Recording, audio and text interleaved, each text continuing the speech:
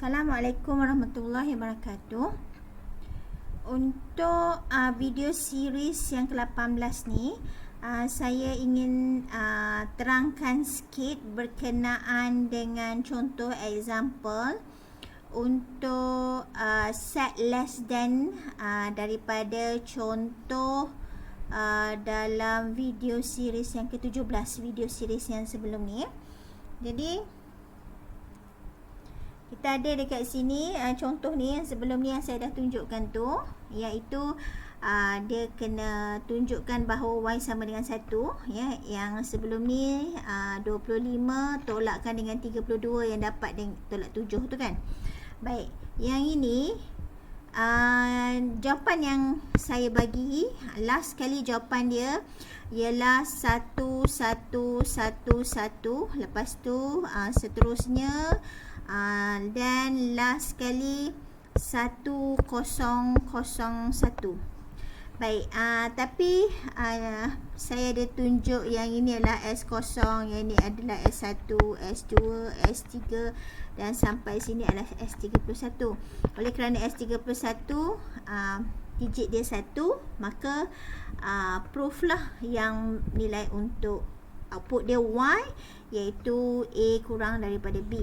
Okay, walau bagaimanapun saya lupa nak explain untuk zero extended ni. Baik, apakah yang dimaksudkan dengan zero extended ni?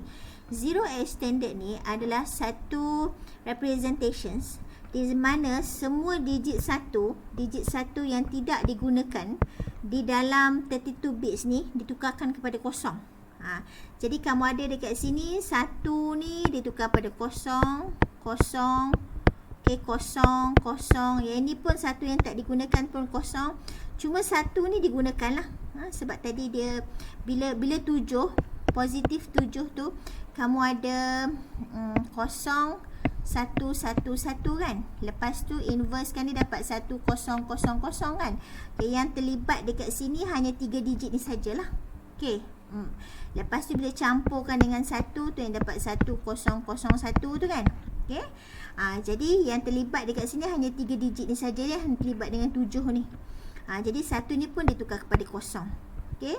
Cuma yang ni dia maintain lah, sebab yang ni adalah representation untuk 7 lah. Jadi kamu ada dekat sini 0 0 1. Okey, jadi kalau katakan jawapan tu dia minta zero extended, jadi kamu kena tunjuk yang ni lah jawapan dia sebagai zero extended. Zero extended, remember that the terms of zero extended is used whenever the one bit is changed to 0. Sebab apa? Sebab one bit ni kita tak mau, sebab dia akan menyebabkan space banyak digunakan, sebab dia akan melibatkan gate AND. Kalau dalam ROM dia pakai gate AND lah. Jadi kita nak avoid lah digit 1 ni. Jadi sebab itulah kalau jawapan ni minta zero extended, semua one bit yang tidak digunakan, especially involve the significant bits lah. Significant bits tu maksudnya daripada most significant bits tu sampai yang seterusnya lah. Especially the significant bits tu is transform from 1 to 0. Okay. Baik.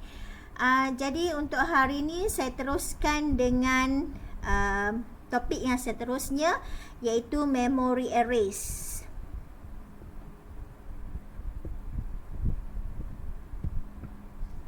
Baik, memory erase ada tiga memory erase dalam sistem komputer, dalam computer architecture. That is called dynamic RAM, ataupun it is well known as DRAM. Jangan panggil DRAM. It is called DRAM. Another one is static random access memory, which is known as SRAM. Don't call it SRAM, SRAM. No, it is SRAM. Okay, SRAM. Then finally ROM, that is stand for read only memory.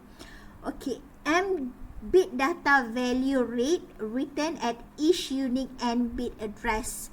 So the value that comes from the data, okay, which is shown in this figure, okay, M bit data value. Data value ni adalah dibaca ataupun ditulis ke dalam address N ini. Okey. Jadi two dimensional array of n bits, sebab kita ada satu part Cx which is known as data, another one is part Cy which is known as address. Y address, X data. Jadi sebab itulah kita panggil dia two dimensional array. Okay, n address bits and m data bits. Okay, jadi kamu ada dekat sini address kita refer pada kedalaman dia ataupun ketinggian dia. Okay, kita panggil dia depth, kedalaman, tinggi dalam, kita panggil depth. Then another one is kelebaran dia kita panggil dia width. Okay, jadi dekat sini kita ada array size dia 4 kalikan dengan 3 which is 12, depth kalikan dengan width. However, untuk address ni, untuk depth ni, kita tak panggil dia 4. Kita bakili dia dengan representation as 2 to the power of n. Jadi nak dapat 4 ni mestilah 2 kuasa 2 kan, nak dapat 4. Sebab itulah kita panggil dekat sini array size dia 2 kuasa 2 kalikan dengan 3. Okay. So depth represent the number of words. Okay. Width represent the size of word. Okay. Then we have number of words for word size 3 bits. For the example, the 3 words stored at address 10. At address 10, this is address 10 is 100. Jadi kita ada dekat sini address kita 2. Okay. Dan setiap ni ada 4 level. 1, 2, 3, 4. So yang ini nak dapat 4 ni 2 kuasa 2. Dan yang ini pun sama. Yang ini sama juga case macam tadi. Address ni ada 10. Yang masuk sini 10, sama macam tadi. Kita ada 2 kuasa 2. Kita ambil 2 ni daripada sini, masukkan dekat sini 2. Kalau yang ini, maksudnya kita ada 2 kuasa 10. 2 kuasa 10 ni sama dengan 1024 word kalikan dengan width. Width dia adalah 32. Jadi we call it as 1024 word times 32 bit array.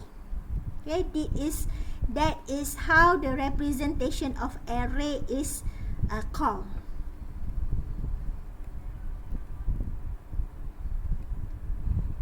Okay, then we have here memory array bit cells. Okay, in this representation, okay, bit line which is represent by Z here. Okay, here it is Z, maksudnya floating. Dan keadaan ini, keadaan bit line floating ini adalah keadaan apabila dia nak read. Okay, apabila dia nak read. Yang ini pula apabila word line is turned on, keadaan ini berlaku apabila dia nak write. So ada 2 keadaan sekarang. Dia nak read dan dia nak write. Okay, to read a bit cell, the bit line, yang bit line ni yang inilah. Yang vertical tu adalah bit line, yang horizontal tu adalah word line. Yang ini horizontal word line. Yang vertical, this one is called the bit line. So to read a bit cell, the bit line is initially left floating. Floating is Z.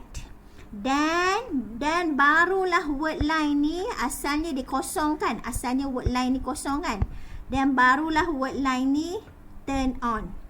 Allowing the stored value ni maksudnya stored bit ni lah. Okay, allowing the stored value to drive the bit line to 0 or 1. Jadi apabila word line ni dah turn on, barulah nilai start bit ni dia akan menyebabkan bit line ni sama dengan nilai start value ni. Kalau katakan start value ni kosong, bit line ni akan jadi kosong lah untuk read. Okey, kalau katakan start value ni 1, maka bit line ni akan jadi 1 lah untuk dia read. Okey. On the other words, to write a bit cell, the bit line is strongly driven to the desired value. Okay. Then the word line is turned on. Jadi sekarang ni nilai start ni, okay, dia dah start awal-awal nilai kosong ataupun nilai 1. Dan nilai kosong ataupun nilai 1 ni yang akan menentukan bit line ni kosong ataupun 1. Okay. Lepas tu, then the word line is turned on. Selepas itu barulah word line ni akan di turn on, connecting the bit line to the start bit. The strongly driven bit line overpowers the contents of the bit cell, writing the desired value into the start bit. Jadi untuk write dekat sini, to write a bit cell, the bit line is strongly driven to the desired value. Jadi sekarang apabila word line ni dah turn on dekat sini, maka nilai bit line ni dia akan transfer lah. Dia akan transfer nilai bit line ni kepada nilai start line ni. Kalau kosong, kosong lah, and then dipindahkan dekat word line lah. Kalau 1, okay, then 1 lah, then dia akan pindahkan dekat word line lah. Okay. Jadi untuk proses read, bit line mula-mula initially left floating. Lepas tu dia akan ikut nilai Z ni, nilai bit line ni, dia akan ikut nilai yang ada dekat start value ni. And then barulah word line ni akan di turn on. Okay. Allowing the start value to drive the bit line to 0 or 1. Okay, itu beza antara read dan juga write. Beza dengan write, bit line dia tak left floating ya. Dia akan ikut nilai start value ni, kosong ataupun 1. Okay, itu beza dia antara read dengan write. Okay, word line like and enable. Single row in memory array read return corresponds to unique address. Only one word line high at once. Okay, kamu tengok sekarang.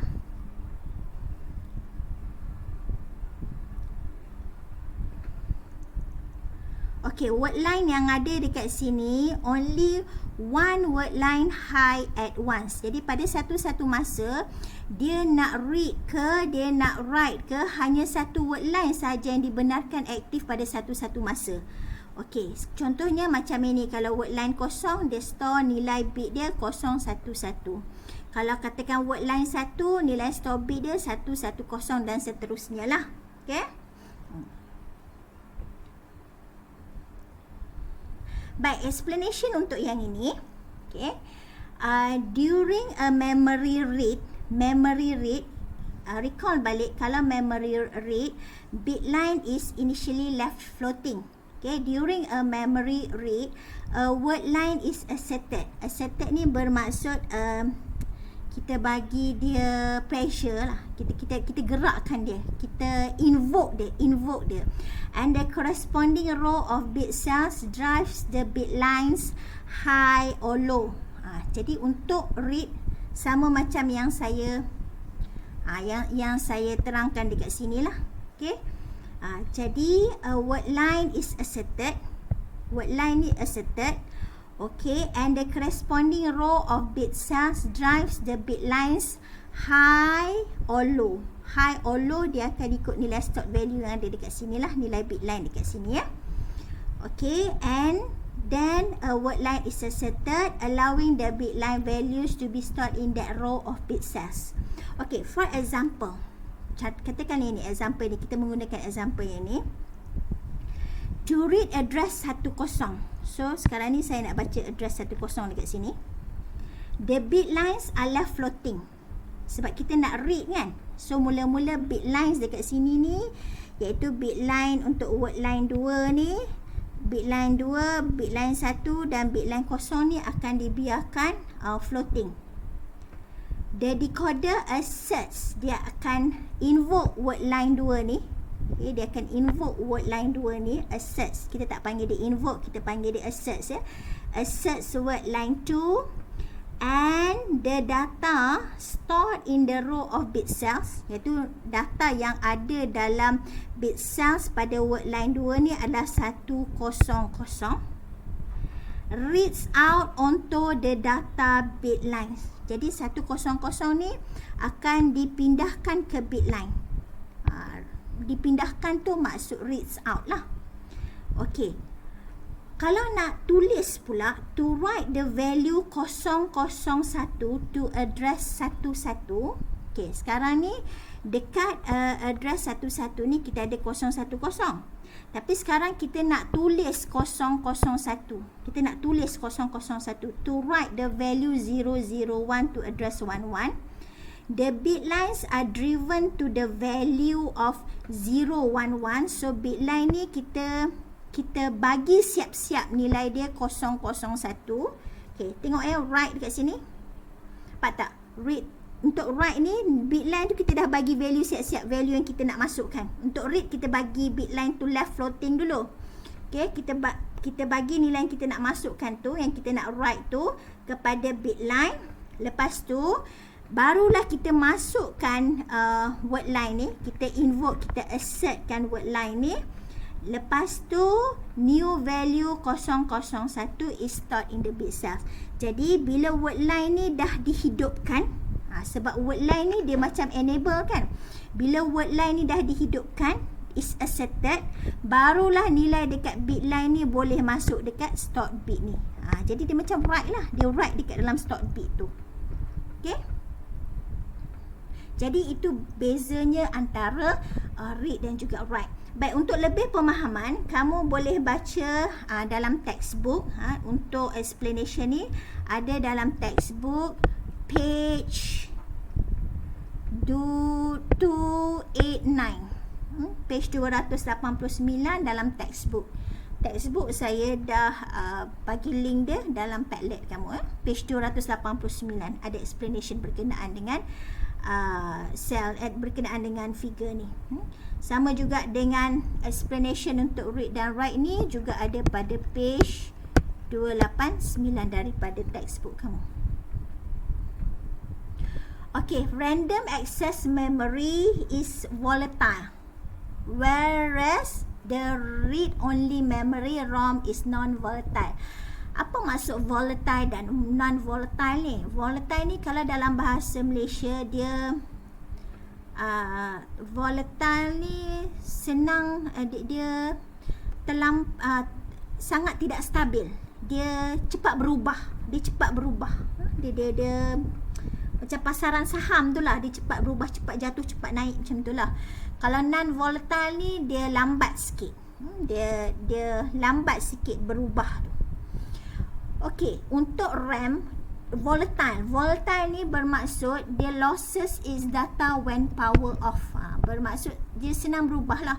Kalau katakan kita off power, terus data dia semua loss. Okey, dia senang berubah, dia senang loss data dia. Okay, however, due to this volatile ni bermaksud dia aktif lah. Jadi bila disebabkan dia aktif tu, maka dia read dan write quickly. Sebab disebabkan oleh dia volatile tu, dia cepat berubah tu, bermaksud dia buat kerja pun cepat. Dia read pun cepat, dia write pun cepat. Okay, main memory in your computer is DRAM. DRAM ni bermaksud Dynamic Random Access Memory. Random Access Memory. Okay. Dan for non-volatile ni dia lambat berubah. Okay, kenapa dia dikenali sebagai non-volatile? Sebab dia remains data dia kekal walaupun kita off power. Okay, disebabkan oleh dia non-volatile ni, bermaksud dia lambat berubah. Okay, so proses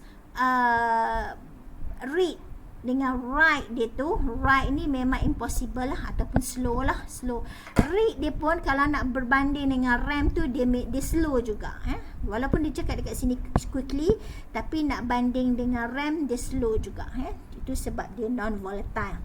Okay, contoh ROM ialah flash memory in cameras kan. Kamera tu, kalau kamu capture gambar, kamu off power camera pun, gambar tu masih lagi ada dalam memory kamera tu kan. Thumb drive, semua file-file kamu tak hilang kan. Lepas tu digital cameras are all ROMs. Okay, satu lagi ROM ialah kamu ada clock in your laptop. Bila kamu off power laptop dan kamu on balik, masa clock tu masih lagi masa yang current lah. Walaupun kamu dah off tadi, dia masih lagi dapat ikut masa yang terkini.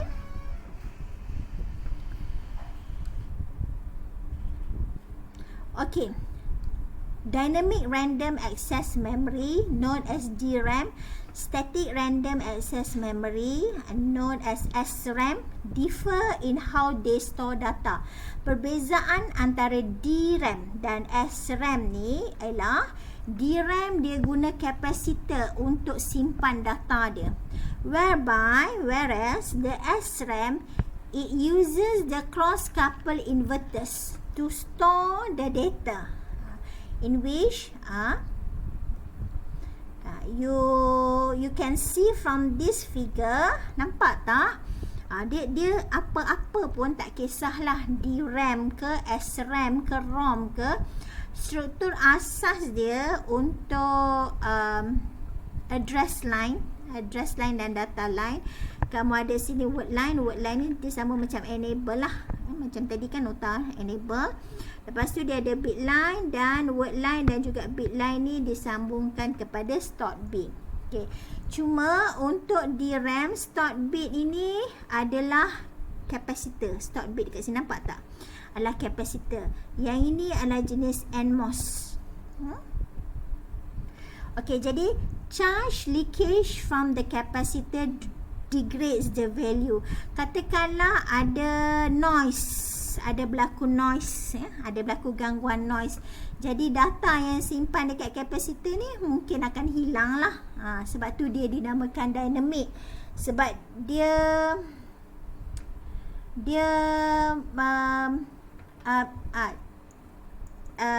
it is explained here. Dynamic because the value needs to be refreshed periodically and after read. Jadi disebabkan oleh dia sentiasa kena refresh, sebab tu dia dinamakan sebagai dynamic, needs to be refreshed. Okay, walau bagaimanapun keburukan dia ialah kalau ada noise yang menyebabkan charge leakage from the capacitor, jadi value data yang store kat capacitor tu hilang. Okay, sebab tu dia cakap kat sini reading destroys the stored value. Okay, this is the structure of DRAM. Okay, here when the capacitor is connected to VDD, maka dia akan fully charge lah. Capacitor ni akan fully charge lah. Okay, then once this capacitor is connected to the ground, then value dekat capacitor ni akan discharge lah, akan mengalir ke ground lah. Jadi sebab itulah stored bit sini kosong dan stored bit sini 1. Okay, that is for DRAM. Then we have here for SRAM. Okay, nampak tak dia punya structure dia sama je. Kamu ada word line, kamu ada bit line, and then word line dan bit line ni disambungkan, is connected to the stored bit. However, we use the cross couple inverter here. Okay, as mentioned in the previous notes,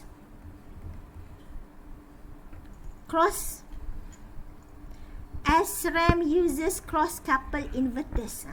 So this is where the location of the cross couple inverters in the SRAM. Okay, so you have these cross couple inverters, whereby this cross couple inverters is connected to the NMOS. Okay, and this both NMOS is connected to the bit line bar, and also the bit line, and here the word line as the enable line. Okay, then memory erase review. This is just the review of what have been learned previously. Yang ini tadi saya dah explain, yang saya suruh untuk explanation untuk read dan juga write, whereby you can refer to page 289 in your textbook ebook for what I have explained previously kan, macam mana nak write data dekat sini, macam mana nak read data dekat sini tadi kan. Okay, lepas tu this one is the structure of the DRAM, this one is the structure for the SRAM. Okay, dot notation. One more.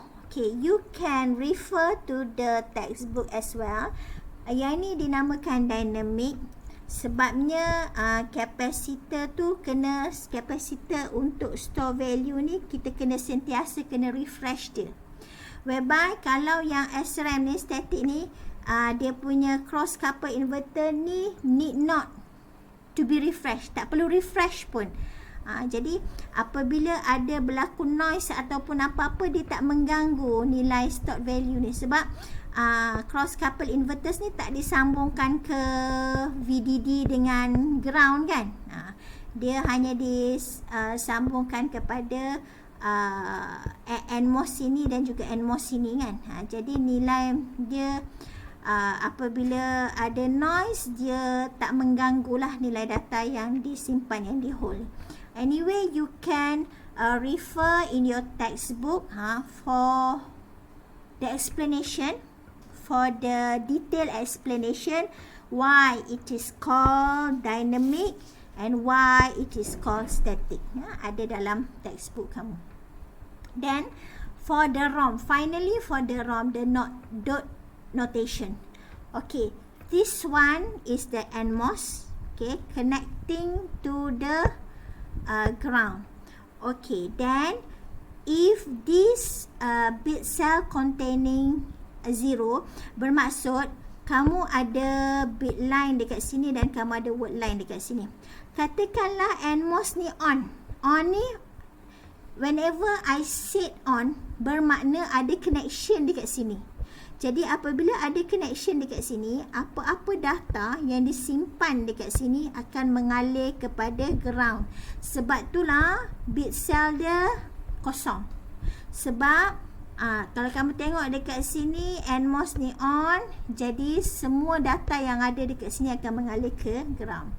Whereby dekat sini, NMOS ni off. Off bermaksud tidak ada connection ke ground dekat sini. Tidak ada connection ke ground. Bermakna bit cell sekarang containing 1. Jadi kalau kamu tengok dekat sini, walaupun kenapa ROM ni dia remains data dia walaupun power off, sebab kamu tengok dekat sini, dekat dalam bit cells ni, dia tidak ada flip-flop. Dia hanya terdiri daripada NMOS dan juga ground ataupun VDD macam ni, ground sajalah. Kalau dalam case ROM ni hanya ground sahaja, NMOS dan ground saja. Jadi kalau katakan kita off data pun tak ada efek apa-apa sebab dia tak ada flip-flop dalam ni. Okay? Jadi untuk yang ini address 2, okay, then you have data 3 dekat sini, then this is the notation. Okay, yang mana yang ni sejarah adalah kawan ni yang mula-mula invent untuk ROM lah. Okay, kalau kamu tengok dekat sini, okay, untuk ROM dia store macam ni tau. Setiap kali yang ada dot ni, okay, dia akan represent sebagai 1. Semua yang ada dot ni dia akan represent sebagai 1. Bermaksud dekat sini kosong, sebab dia ada dot sini 1 kosong. So untuk address 11, nampak tak? Store data value dia 010. Seterusnya untuk address 10, nampak tak? Store data value dia 100. Nampak 100. Yang ini address 01, 110, 110. Address 00, 011, 011. Okay? Tempat yang mana ada dot ini, representation dia adalah 1. Okay? Sama juga seperti mana sebelum ni, memory erase. Yang ini address ni adalah deft. Okay. Dan data dia adalah width. Baik, kita tengok dekat sini. Data 2, data 1 dan data kosong. Baik, kamu ada data 2 yang ini. Okay. Yang mana yang ada satu ni dia macam truth table tadilah yang saya buat Boolean equation, refer pada video series yang ke-16 ya, bila saya buat Boolean equation untuk half header dan juga full header tu kan. Jadi untuk data 2, saya ada data 2, dia punya Boolean equation dia adalah, katakanlah yang ini adalah A0, yang ini adalah A1, maka untuk data 2, Boolean equation dia adalah A0 bar A1 campurkan dengan A0 A1 bar. Yang mana kamu tahulah kalau notation ni salah satu dia ada bar, dia ada dua input, salah satu tu ada bar. Okey, yang macam ni kan. Yang ni pun salah satu ada bar, yang ni pun salah satu ada bar. Dan dua-duanya input berlainan, maka dia adalah XOR lah. Okey. Sebab tu untuk data 2 nampak tak dia buat Boolean equation dia A1 XOR kan kepada A0. Whereby for data 1, okey, data 1 dekat sini saya ada data 1 equals to A yang ini ya, data 1 ini ya. Saya ada A0 A1 campurkan dengan A1 bar A0 yang ini. Okay, A1 bar A0 campurkan dengan A1 bar A0 bar. Saya ada tiga persamaan ni, tiga equation ni. Tapi macam mana data 1 dia boleh ringkaskan macam ni? Jadi sama juga case macam half header dan full header, di mana kamu kena buat Karnaugh map. Jadi dalam case ini, apabila saya buat Karnaugh map untuk data 1 ni, saya akan dapat bentuk Karnaugh map dia macam ni. Okay, saya conteng kat sini. So, saya ada dekat sini A0 dan saya ada dekat sini A1. Sebab saya hanya ada dua input saja kan. So, saya punya Karnaugh map saya adalah 01 untuk A1 dan juga 01 untuk A0. Okey, A0, A1, kedua-duanya bernilai 1, A1, 1, A0, 1. So, saya dapat sini 1. Okey. Katakan saya pakai color purple sekarang. Okey, dan kamu ada yang kedua ialah A10, A01, A10, A10,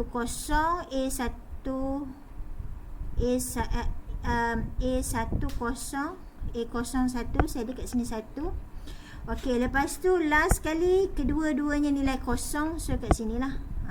Jadi bila saya buat Karnaugh map, saya akan dapat yang ini sebagai satu sebutan, yang mana yang ini Boolean equation dia adalah yang sama adalah A0 kan. Dan lagi satu saya ada yang inilah, yang saya tandakan dengan marker hijau ni, yang atas ni.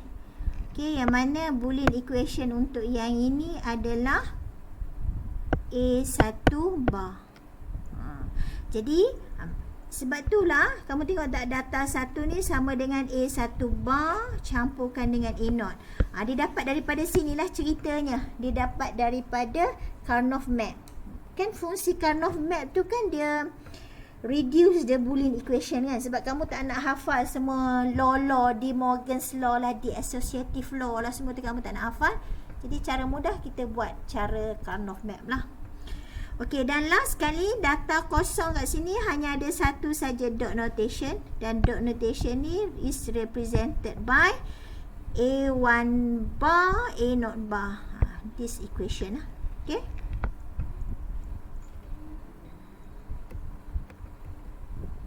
Okay, implement the following logic functions using a 2 to the power of 2 times 3 bit ROM.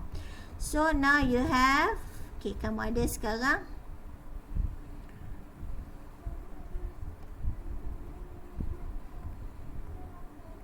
Okey, X sama dengan AB. Yang ini line kita baca X, Y, Z ni daripada data ni, daripada paksi X ini. So, kamu ada X, Y, Z. So, dia kata X ialah AB. Maksudnya nilai A 1, nilai B 1. So, mula-mula ni kamu ada A, huruf pertama A, huruf kedua B. Jadi, untuk data X ni, kedua-dua nilai ni 1. Nampak tak dia ditandakan dot ni untuk X. Untuk Y, dikata sama dengan A campur B. So, nilai A tu 1, nilai B tak kisahlah. Okay, dekat mana nilai A 1? Nilai B tak kisah. So, kamu ada sini A1. Okay, yang mana saya tandakan dengan color hijau ni. Dan sini pun saya ada A1. Okay, cukuplah 2 dot ni kan. Dan seterusnya saya ada nilai B1. Nilai A tak kisah, asalkan B tu 1. So, saya ada sama juga yang ini. Saya tunjukkan dengan color merah pula. B1 A tak kisah. So, sini saya ada overlap. Dan mana lagi B1 kat sini. Jadi, totalnya saya ada 3 dot lah dekat garis Y ni kan. Seperti mana yang ditanda ni lah dalam jawapan ni. Dan last kali saya ada Z sama dengan, okey, yang ini ni saya rasa ada kesilapan dekat sini. Sebab ni ada tanda bar yang lari sikit ni. So, yang ni saya rasa Z sama dengan AB bar. Jadi, Z sama dengan AB bar. Yang inilah yang ditanda sebagai dot yang ini untuk Z. Okay.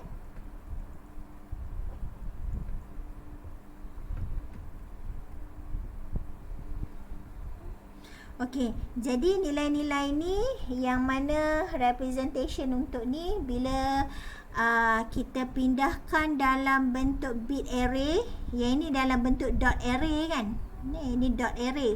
So bila kita pindahkan dalam bentuk bit array, yang dia simpan stored bit tu macam ni lah bentuk dia. Jadi yang tadi dot array tadi kamu ada 110 data kosong. Okey, jadi silap page. Kamu kena rujuk pada slide yang ke-58. Slide yang ke-58. Jadi kamu ada sekarang data kosong, iaitu dekat address 00 ada 211 dekat sini. So, balik pada tadi. Yang ini adalah slide yang ke-58 ya. Tengok address 00 dia ada dot, maksudnya nilai 1 dekat data kosong dan juga data 1. So, balik pada sini. Okey, nampak tak kosong-kosong dekat sini? Okey, dan pada data kosong dan juga data 1 dekat sini, nilai stored bit dia mestilah 1. Okey, rujuk slide 58 ya, untuk kamu isi nilai stock bit ni. Rujuk slide yang ke-58 ya. Okey, dan seterusnya lah. Tadi kan kamu dapat untuk address line 11 tadi. Untuk address line 11 tadi kan dekat dia ada dot, iaitu dia ada 1 start bit 1 pada data 1. So, dekat 11 tadi pada data 1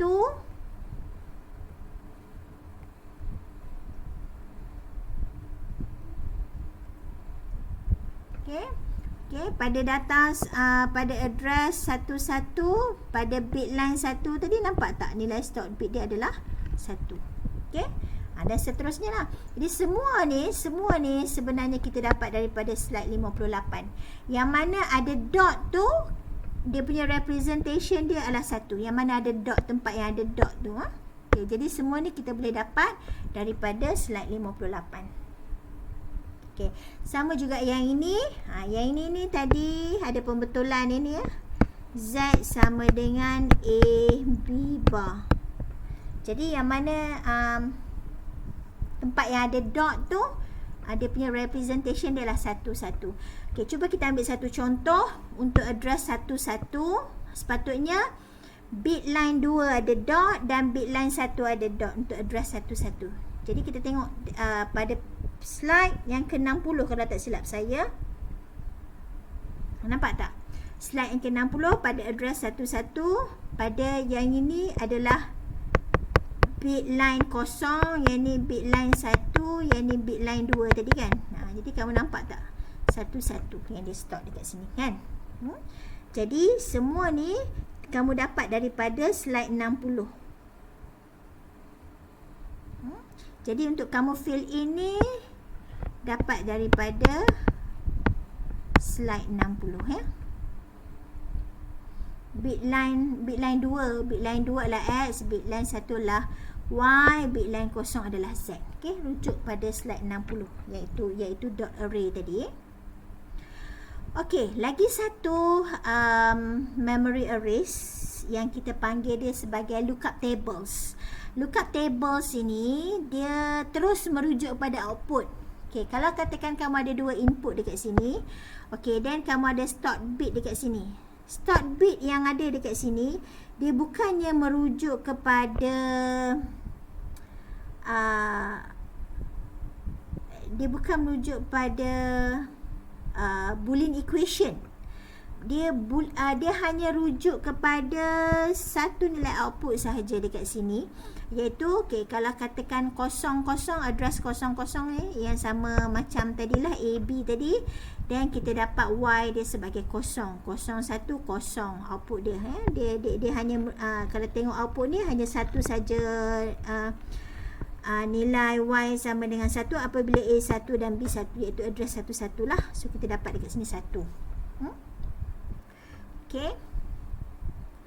Dan kamu ada multi-ported memories. Yang ini contohlah diagram. Kalau kamu ada dua read ports, okay, dan dia ada A1 dan juga RD1, yang ni read ports. Kamu ada A2, RD2, dua ni sebagai read ports. Dan write ports, yang ini kamu ada A3, WD3, dan dia kena ada write line lah, enables writing word line tadi Okay, ini contoh lah Verilog untuk memory arrays. Okay, logic arrays ada dua. Pertama, kita panggil dia PLA. Yang ni jenis-jenis logic arrays lah ya, kita panggil dia PLAs. Nama panjang untuk PLAs ni adalah programmable logic arrays, which is an array followed by OR array. Okay, it is a combinational logic only. Dia tidak ada flip-flop dan dia fixed internal connection, whereby the second logic arrays is known as in which had been implemented in your lab and also in your mini project, which is known as field programmable get arrays lah. Okay, field programmable get arrays ni consists of logic elements. It is developed in with combinational and sequential. Sequential ni bermaksud dia ada flip-flop lah. Okay, dan kita kena programkan dia. Dia tak fix. Dia bergantung. Selama ni kan kamu duduk download dalam Altera Trainer Board tu, kamu kena buat Verilog coding, ataupun kamu kena buat schematic, lepas tu kamu buat synthesis, lepas tu kamu locatekan output port dia kan. Lepas tu barulah kamu test, tengok ada error tak ada, dan barulah kamu download kan. Yang tu kita panggil dia programmable lah, sebab dia bergantung pada macam mana kamu program dia untuk sambung setiap input dan juga output, macam mana kamu locate dia.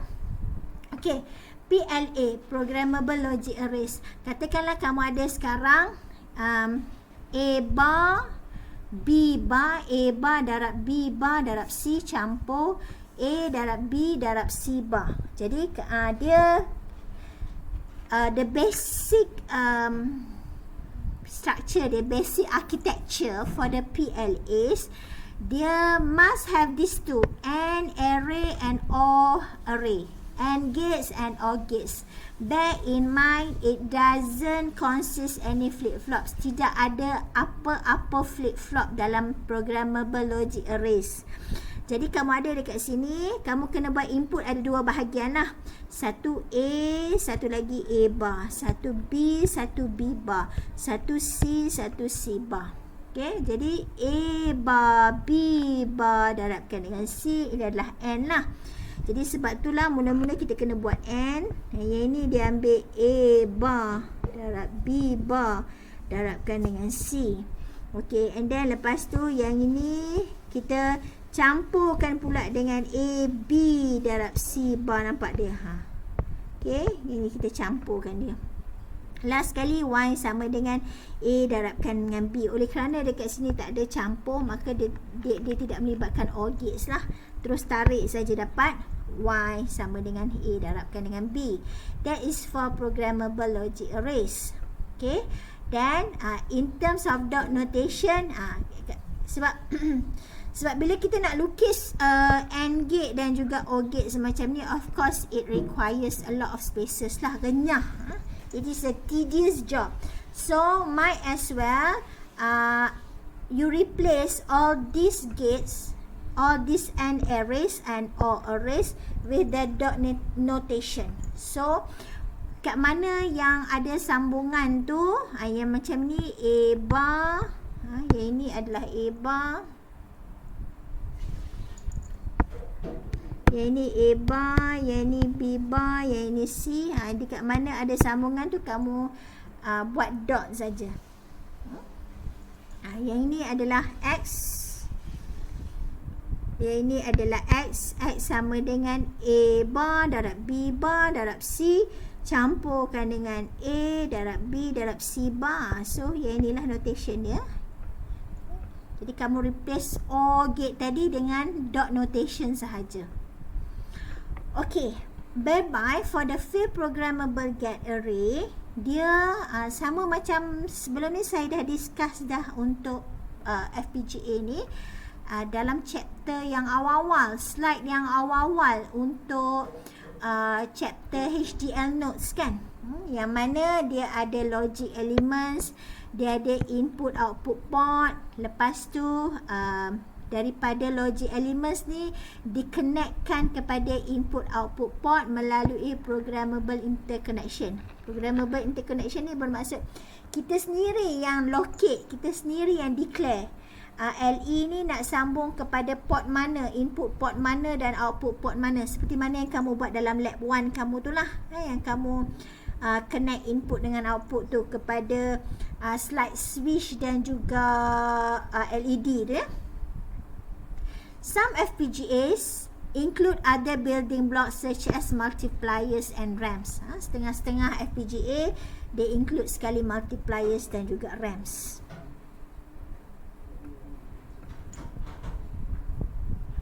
Okay, this is the very general layout of FPGA lah. Input output port selalunya mereka berada di tepi-tepi board ni lah, tepi-tepi board, sebab senang kita nak sambung kepada apa-apa elemen. Contohnya nak sambung pada keypad ke kan, keypad maksudnya input output luaran yang tidak ada any elements, any electronic devices that does not available on the trainer board. Contohnya macam keypad. Keypad tak ada dalam board Altera DE2115 tu. Jadi kita beli keypad luar, kita ambil keypad luar dan kita connectkan dia dekat input output port yang ada dekat tepi-tepi ni lah. Selalunya dia ada dekat tepi-tepi trainer board tu. Okay, tengah ni semuanya consist of LE. LE ni kita panggil dia nama panjang dia logic elements lah. Okay, logic elements, satu logic elements ni, satu kotak logic elements ni consist of, dia ada lookup tables, dia ada flip-flops. Oleh kerana dia ada flip-flops, maka dia boleh perform sequential logic. Sequential logic yang bergantung kepada clock cycle. Okay, dan dia ada juga multiplexers. Multiplexers ni dia boleh connect flip-flops dan juga lookup tables. Ini contoh lah. contoh untuk satu logic element pada Altera Cyclone part ya. Dekat lab kamu tak ada ya Cyclone part ni, model Cyclone part ni. Yang ada di lab kamu ialah Altera DE2 DE2/DE2 dash 115 DE2-115 ya. Ini contoh lah, contoh dalam satu logic element tu kongsi semua benda ni lah. Okay, ada lookup table, ada flip-flops dan juga ada multiplexers dekat situ. Okay, the Spartan CLB has, okay, CLB ni nama panjang dia configurable logic block. Yang mana configurable logic block ni sama macam logic elements. Sebab itulah dia buat dekat sini logic elements. Jadi satu CLB ni ada 1 4 input LUT, ada 1 registered output, ada 1 combinational output. Registered ni bermaksud flip-flop lah. Jadi secara kasar in rough architecture, any LE logic elements ataupun CLB, dia mesti ada 3 benda ni. Dia mesti ada lookup table, dia mesti ada flip-flop, okay, dan dia ada juga multiplexer. Multiplexer tu dia ada,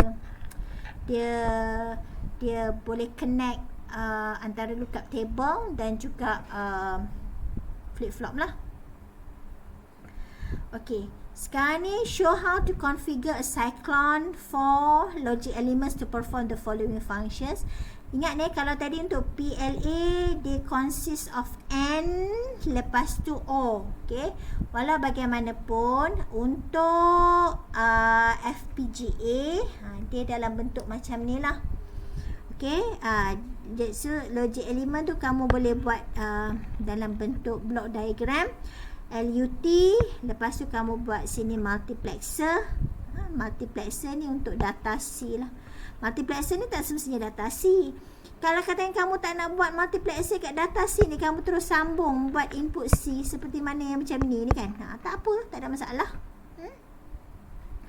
Okey, dan juga output X. Kalau tak nak buat multiplexer pun tak apa, terus sambung kepada output X. Okay, jadi kalau katakan dekat sini A0, B0, C1. So pada sini lah, nampak tak? A0, B0, C1. Data X ni tak buat pun tak apa. Dia buat sebab dia kata consist of 4 inputs kan. Kalau nampak tak? 1 4 input LUT. 4 input ni, sebab itulah dia buat data 1, data 2, data 3 dan data 4, sebab ada 4 input. Okay, jadi kalau katakan nak dapat markah penuh, kena buatlah data 1, data 2, data 3, data 4, sebab ada 4 input ya. Okey, dan seterusnya kamu ada A1, B1, C0, yang mana nilai ni A1, data 1, 1, data 2, 1, data 3, 0. Yang ni nilai dia, nilai output dia. Okey, dan seterusnya untuk Y hanya satu saja, A1, B0, A1, B0, yang mana nilai dia yang inilah. Okey, jadi lain ni kalau kamu tengok representation untuk PLA, dia kamu boleh wakilkan dalam bentuk N array connected with the O arrays. Dan for the FPGA, you can use the lookup table. Lookup table seperti mana yang ditunjukkan dalam figure ni. Kamu ada 4 input data, then you have the lookup table for the output. So basically, finally, the design flow for this FPGA, you have done all this during your lab 1A and lab 1B, yang mana kamu tak sempat demo dekat saya pun. Saya balik daripada Melaka, balik daripada conference tu terus PKP. Yang sepatutnya kamu kena demo dekat saya. Okay, jadi mula-mula kamu buat design dia, ingat balik tak? Kamu buat secara schematic entry kan? Okay, lepas tu kamu tekan proses-proses seperti mana yang ada dalam lab manual 1A tu lah. Kamu simulate, kamu synthesize. Lepas tu kamu download configuration kamu tu, tengok pass, all pass, tak ada error, dan barulah kamu try kamu punya Altera trainer board tu. Kamu control slide switches dia dan tengok LED dia sama ada on ataupun off. Baik, sampai di situ saja lecture terakhir untuk topik untuk chapter Digital Building Blocks. Sekian, Assalamualaikum warahmatullahi wabarakatuh.